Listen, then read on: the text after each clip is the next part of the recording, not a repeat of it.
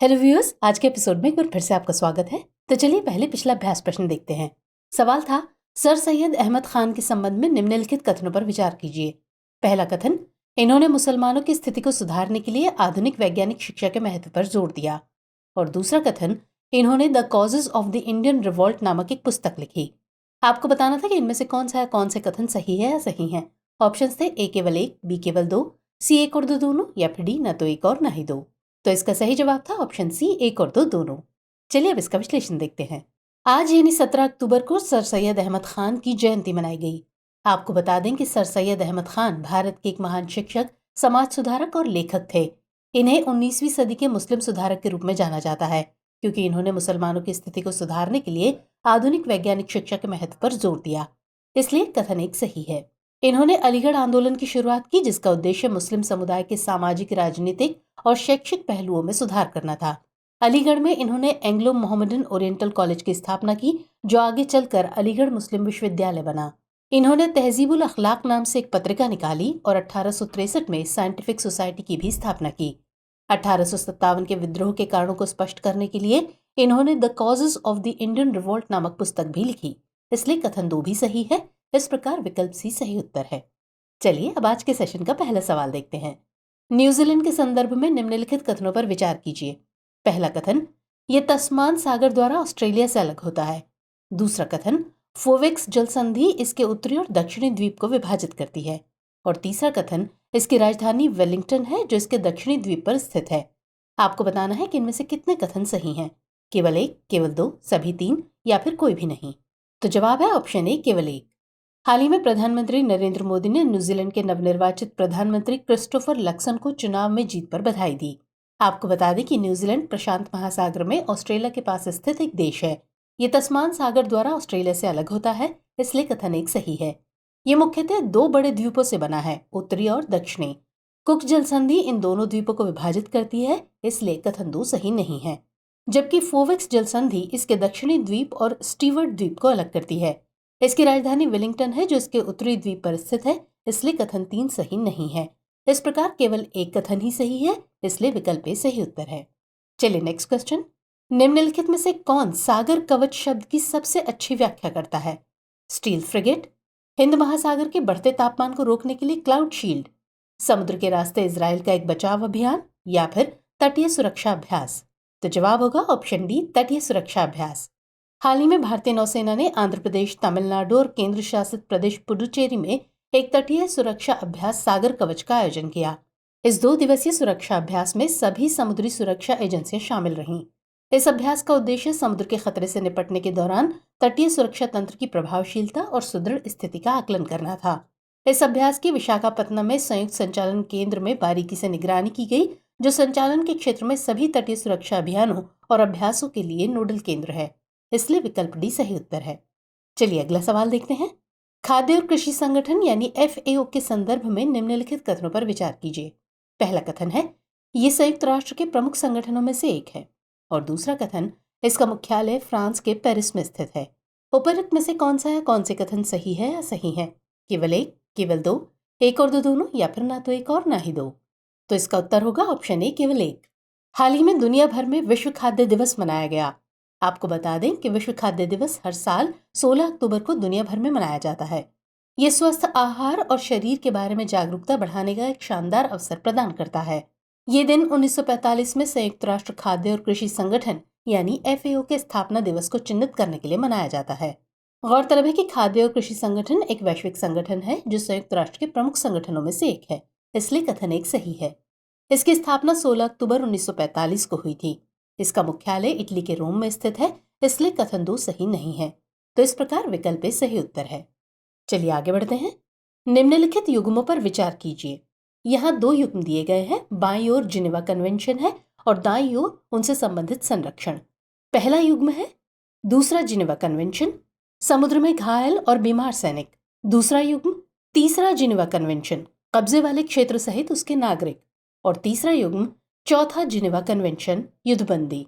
आपको बताना है कि इनमें से कितने युग्म सुमेलित हैं। ए केवल एक, बी केवल दो, सी सभी तीन, या फिर डी कोई भी नहीं। तो सही आंसर होगा ऑप्शन ए, केवल एक।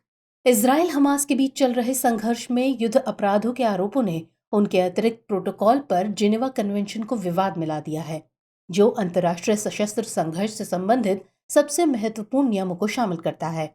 आपको बता दें कि जिनेवा कन्वेंशन और उनके अतिरिक्त प्रोटोकॉल अंतर्राष्ट्रीय कानून के निकाय हैं जो सशस्त्र संघर्ष के संचालन को नियंत्रित करते हैं और इसके प्रभाव को सीमित करने का प्रयास करते हैं। इन प्रोटोकॉलों को सार्वभौमिक रूप से अनुमोदित किया गया है। पहला जिनेवा कन्वेंशन युद्ध के दौरान जमीन पर घायल और बीमार सैनिकों की रक्षा करता है, जबकि दूसरा जिनेवा कन्वेंशन युद्ध के दौरान समुद्र में घायल, बीमार और क्षतिग्रस्त जहाजों के सैन्य कर्मियों की रक्षा करता है, इसलिए युग्म 1 सुमेलित है।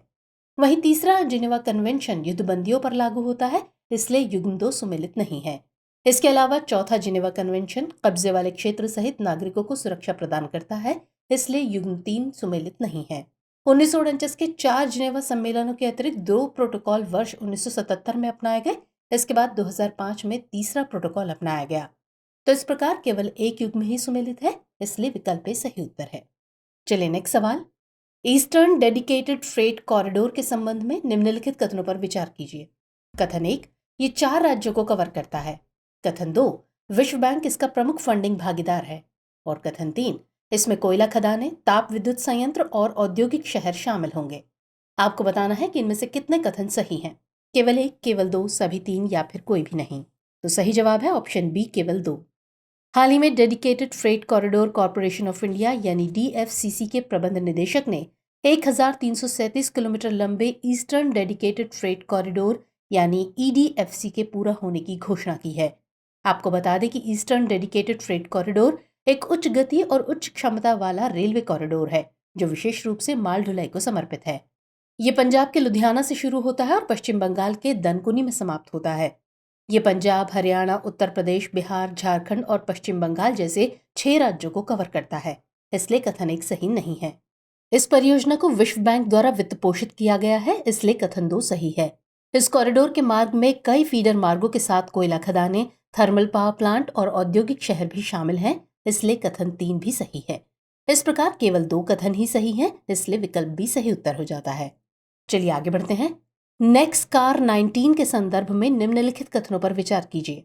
पहला कथन, ये भारत में विकसित पहली अनुमोदित मानवीकृत CAR T सेल थेरेपी है। और कथन 2, इसे भारतीय विज्ञान संस्थान की इंक्यूबेटेड कंपनी इम्यूनोएसिटी द्वारा विकसित किया गया है। आपको बताना है कि इनमें से कौन सा या कौन से कथन सही है या सही है। ऑप्शन है A केवल 1, B केवल 2, C 1 और 2 दोनों, या फिर D ना तो 1 और ना ही 2। तो जवाब होगा ऑप्शन A केवल 1। हाल ही में भारतीय दवा नियामक, केंद्रीय औषधि मानक नियंत्रण संगठन यानी CDSCO द्वारा भारत की पहली मानवकृत CAR T थेरेपी नेक्सकार 19 को मंजूरी दे दी गई है, इसलिए कथन 1 सही है। इसे IIT बॉम्बे की इंक्यूबेटेड कंपनी इम्यूनोएसिटी द्वारा विकसित किया गया है, जो दवा निर्माता लॉरस लैब्स द्वारा समर्थित है, इसलिए कथन 2 सही नहीं है। नेक्सकार 19 एक स्वदेशी रूप से विकसित CD19 लक्षित CAR T सेल थेरेपी है।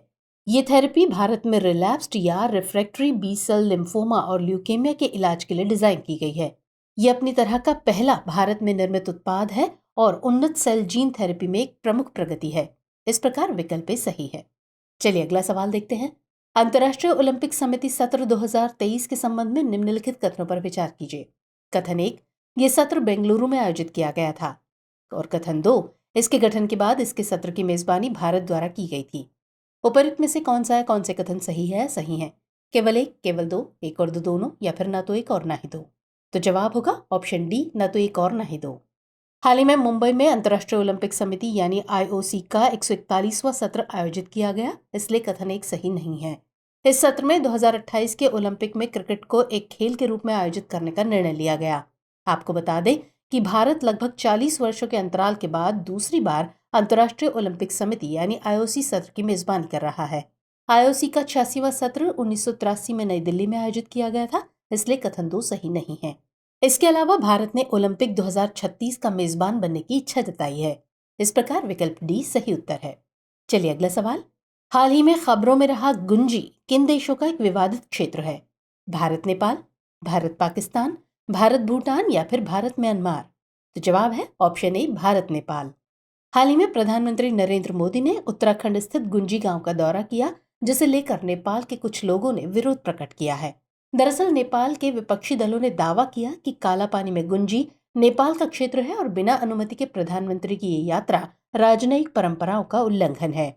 भारत नेपाल सीमा पर कालापानी, लिम्पियाधुरा और लिपुलेख दोनों देशों के आधिकारिक मानचित्रों में शामिल है। हालांकि ये स्थान भारत के प्रशासन के अधीन है। गुंजी उत्तरी उत्तराखंड के पिथौरागढ़ जिले की धारचूला तहसील के कालापानी में स्थित है। इस गांव में जाने के लिए इनर लाइन परमिट की आवश्यकता होती है, इसलिए विकल्प ए सही है। चलिए नेक्स्ट सवाल देखते हैं। जेरिको मिसाइल सिस्टम के संबंध में निम्नलिखित कथनों पर विचार कीजिए। पहला कथन है, ये फ्रांस का बैलिस्टिक मिसाइल कार्यक्रम है। और दूसरा कथन, इसकी शुरुआत 1960 के दशक में हुई थी। आपको बताना है कि इनमें से कौन से कथन सही है या सही है। केवल एक, केवल दो, एक और दो दोनों, या फिर ना तो एक और ना ही दो।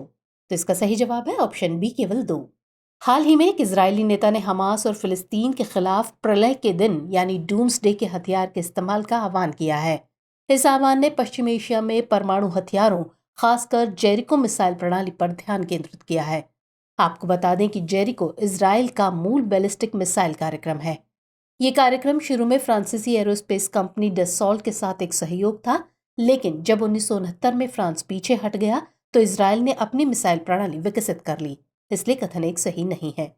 इसकी शुरुआत 1960 के दशक में हुई थी और इसका नाम वेस्ट बैंक में स्थित बाइबल शहर के नाम पर रखा गया था। इसलिए कथन दो सही है। इस प्रकार विकल्प भी सही उत्तर है। चलिए अब वक्त हो चला है अभ्यास प्रश्न का। नोट कर लीजिए। हाल ही में खबरों में रही कांवर अथवा कांवर झील किस राज्य में स्थित है? आपके ऑप्शंस हैं ए उत्तर प्रदेश, बी बिहार, सी मध्य प्रदेश या फिर डी उत्तराखंड।